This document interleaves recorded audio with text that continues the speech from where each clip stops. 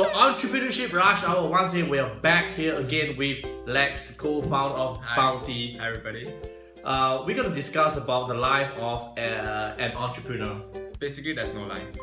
Yeah. Okay, good. Now that you're on that, let's stick with the first one. Okay.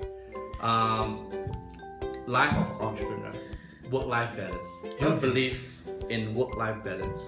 To be frank, just speaking from personal experience, currently I'm doing a 14 to 16 hours work day, and basically doing a startup, it's tough. You know, it's difficult, and there's 1,001 things on your plate every single minute of your day.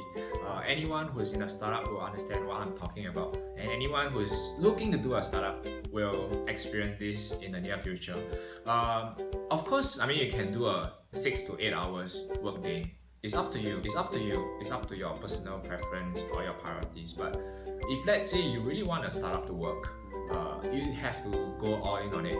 And for ourselves, we at Bounty, we are going all in on this. Good to know. Long hours every single day, Monday to Sunday, every single day. Yeah. Weekend is the same. Yes, it's tough. Yeah. But the rewards are definitely much more satisfying as compared to if you are doing a 9 job.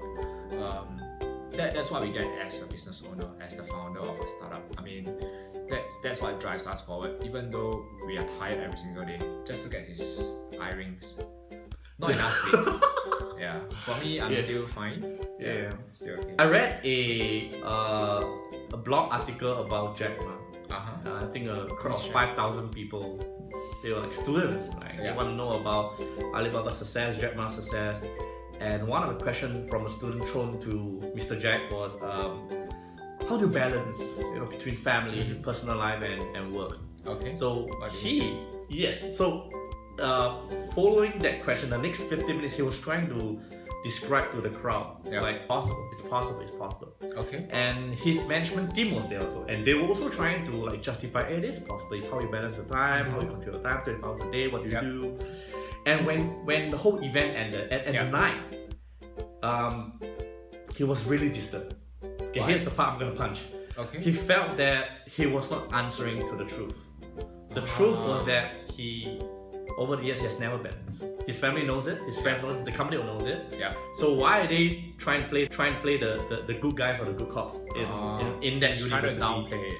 Start trying to downplay because they don't want to because entrepreneurship on the surface, you realize social media, it can be very glamorous. Yes, exactly. Very superficial, or like it looks really good and everybody want to go into it. So he felt that. So that night he released a blog for himself and WeChat and telling everybody whereby he apologized and there's no work like that. There is, like what Elon Musk said, there's no balance. I mean, if you want to reach the status of Alibaba, for example, of what kind of achievement they have done in their lives over such a short period of time, there are sacrifices to be made. It's either there or nowhere. It's really, that's the truth. From us to you. So you will say that you agree that to be an entrepreneur, you have to have like certain elements. Like you are a hustler, you are a believer, you dreamer. I think one key characteristics that you need to have is persistence. Some founders or some people, they have an idea, they have a good idea, but once they hit the first roadblock or the second roadblock, they give up. And it is very common. I mean, most people are not used to being rejected and rejected badly in life, and that is a very painful thing to go through. And we entrepreneurs, it's not like we are not human. We are human as well. We do have feelings as well, but we just have this extremely strong tolerance of persistence in our mindset. Even though someone really up there in the industry may say that, hey, your idea is shit, man. Like, it sucks. Why are you even doing this? Your competitor will just squash you like a cockroach. The big players. Yes. The big players will come in and just take away your business. Yeah, exactly. I mean, these are ideas, or these are truth in life. I mean, what they say makes sense, but what happened to other businesses, other startups that started from nothing and build up to something that where they are now. Yeah, and from nothing to small to big, and they disrupted the bigger players, and those bigger players that used to be like so threatening to the small boys, right? Because they did not innovate. Yes. And what happened to them? Gone. Yeah. So I mean, it's such an amazing story, like how Facebook took over Friendster and MySpace, how Google took over Yahoo, for example. So at the very beginning, they were nothing as well. They were just an idea, two people at a garage, you know. So we ourselves as founders, we need to believe in our vision. We must persist forward, moving forward. You know, sell the vision to our co-founders, to our team, to the public. I mean, this is what we have to do. Of course, there are times where we might be wrong, we might be blinded by our own vision and you know. But the thing is, we need to have this faith in ourselves. We need to have this faith in our vision, and we work towards and stick to it religiously, right? Yeah.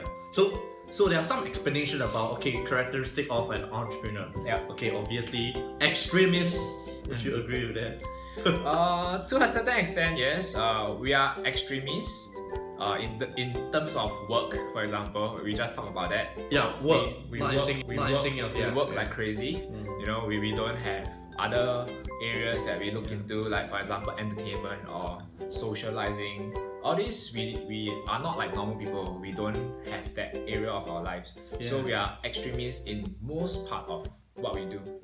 Yeah, and obviously there will be comments made to entrepreneurs and startup founders especially. So now we are speaking on behalf of all startup founders. Yes.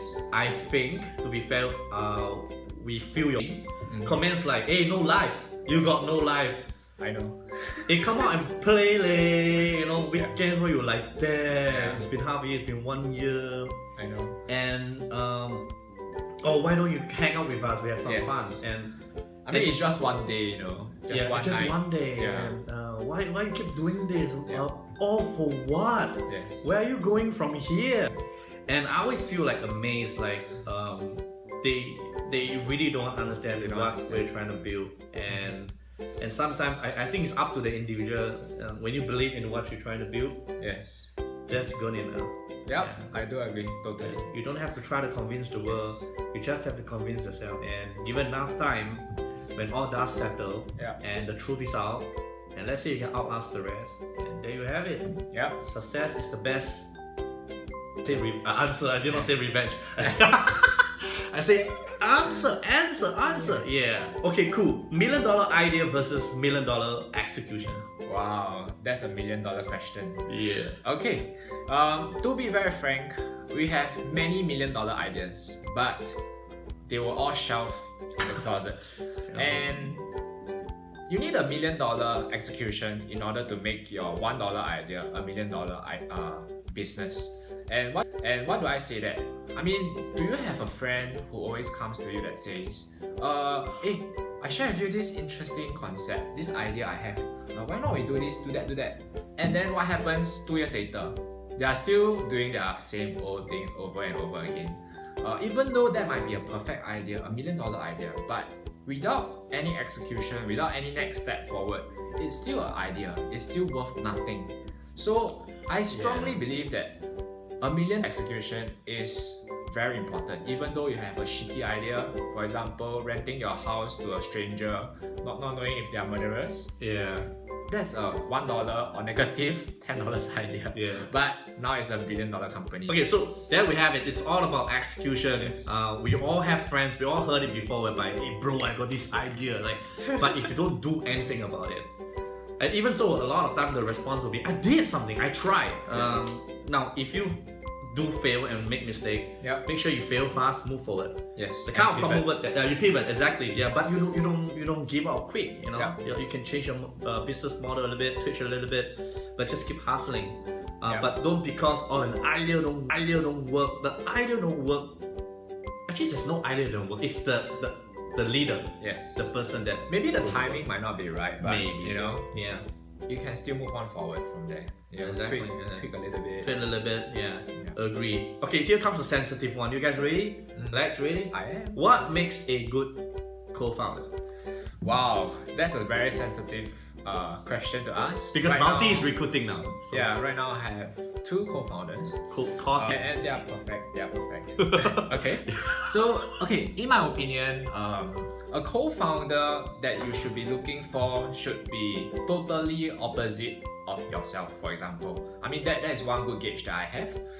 What I mean by opposites of you, basically they need to complement what you're not good at or what you're not strong at. I myself, I'm good at a little bit of sales, a little bit of tech background, but my co-founders, they are different, you know. They are very detail oriented, you know. They are able to go deep into areas that I don't touch, you know, something that I'm really weak in. They can cover, they can complement.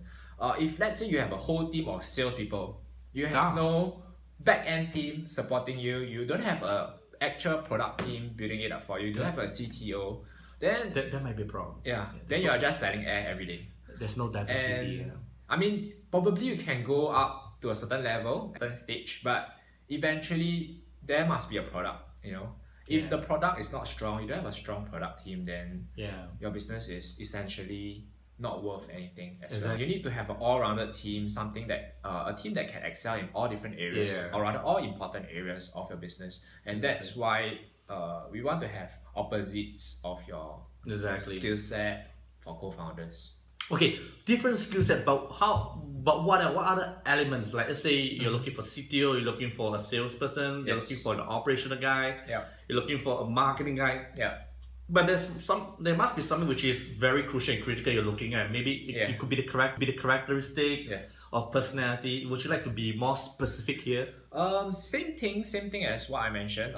They need to be very persistent. They need to be an expert in whatever they are doing. You know, so these things are the key ones that I'm looking at right now for co-founders.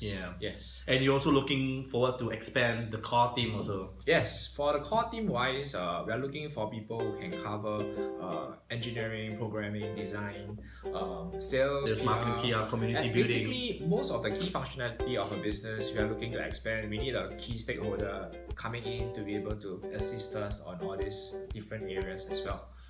Great, made a lot of sense. Okay, Lex, if you have one advice to give to startup enthusiasts, entrepreneurs out there, aspiring ones, what would you say?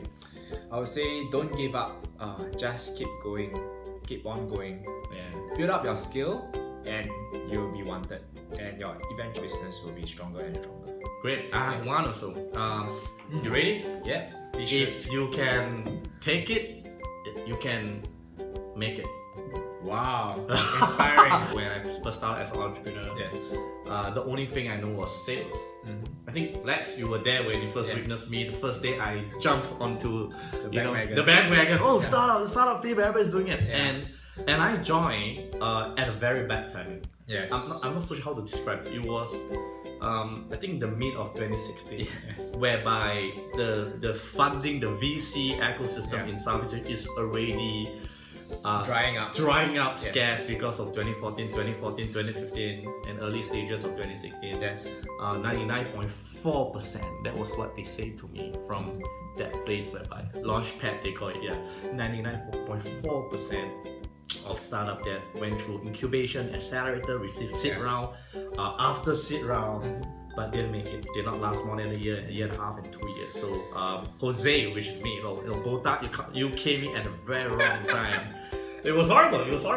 But it was also the best time. So I only know sales, no other traits or skill set as an entrepreneur. No funding given. There's no way I can last, right? There's no way we can do this interview today. But I said it just now 5 minutes ago. If you can take it, you can make it. Life of an entrepreneur, work-life balance, $1 million idea versus $1 million execution. And what makes a good founder? And of course, keep hustling. Both fit in or nothing else. Actually, we are interested to talk to more founders as well, do some interview, have some networking session together, share about each other's journey on entrepreneurship and businesses. Do join us. We are having fun. Let's do that. Keep hustling and see you guys around. Hey yo, to all game and startup enthusiasts, for more information, please visit www.bountie.io. And lastly, Thank you very much for tuning in. Yeah, do join us. I mean, like, we don't want to be always talking Yeah, too to fast. like